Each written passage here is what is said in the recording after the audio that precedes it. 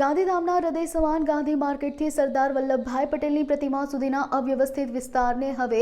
નવજીવન મળવાનું છે। કોર્પોરેશનના ઇન્ચાર્જ કમિશનર મેહુલ દેસાઈએ જણાવ્યું કે મહાનગરપાલિકા દ્વારા ₹5 કરોડના ખર્ચે આધુનિક માર્કેટ પ્લાઝા પ્રોજેક્ટનો એક્શન પ્લાન તૈયાર કરાયો છે, જેનો ઉદ્દેશ્ય આ વિસ્તારને શોપિંગ અને મનોરંજનના આધુનિક સ્થળમાં પરિવર્તિત કરવાનો છે। આ ઉપરાંત શહેરમાં રખડતા ઢોરની સમસ્યાના નિરાકરણ માટે મહાનગરપાલિકાએ ઝુંબેશ શરૂ કરી છે। પ્રથમ તબક્કામાં મુખ્ય માર્ગો પરથી 50થી વધુ આખલા પકડવામાં આવ્યા છે અને ત્યારબાદ આંતરિક વિસ્તારોમાં કામગીરી હાથ ધરાશે, જેથી શહેરીજનોને રાહત મળે તેવી અપેક્ષા છે। શહેરી વિકાસ વર્ષ અંતર્ગત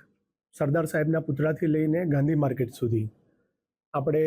એક વ્યવસ્થિત મોડર્ન માર્કેટ પ્લાઝા તરીકે ડેવલપ કરવાનું આયોજન કર્યું છે।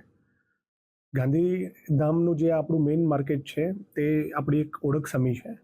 તો એને શહેરની બ્યુટિફિકેશનમાં વધારો કરવા માટે કેવી રીતે લોકોને પેડેસ્ટ્રિયન ફ્રેન્ડલી બનાવી શકાય, કઈ રીતે એને વધારે પાર્કિંગ યુટિલિટી એની યુઝ થઈ શકે,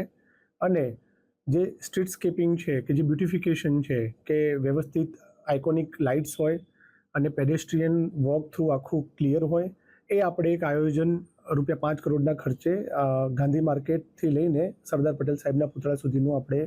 એક રીડેવલપમેન્ટ આપણે કહીએ માર્કેટ પ્લાઝા તરીકે, એના માટેની તૈયારી કરેલી છે। પાછલા 2 દિવસથી આપને કહીશ કે અમારી જે એજન્સી અમે આના માટે રાખી છે ઢોર પકડવા માટે, એ અને અમારી મહાનગરપાલિકાના સ્ટાફની ટીમ, આ બંને અત્યારે પ્રાઇમરી અમે આખલા ઉપર ફોકસ કર્યું છે અને આખલાઓ રાત્રિ દરમિયાન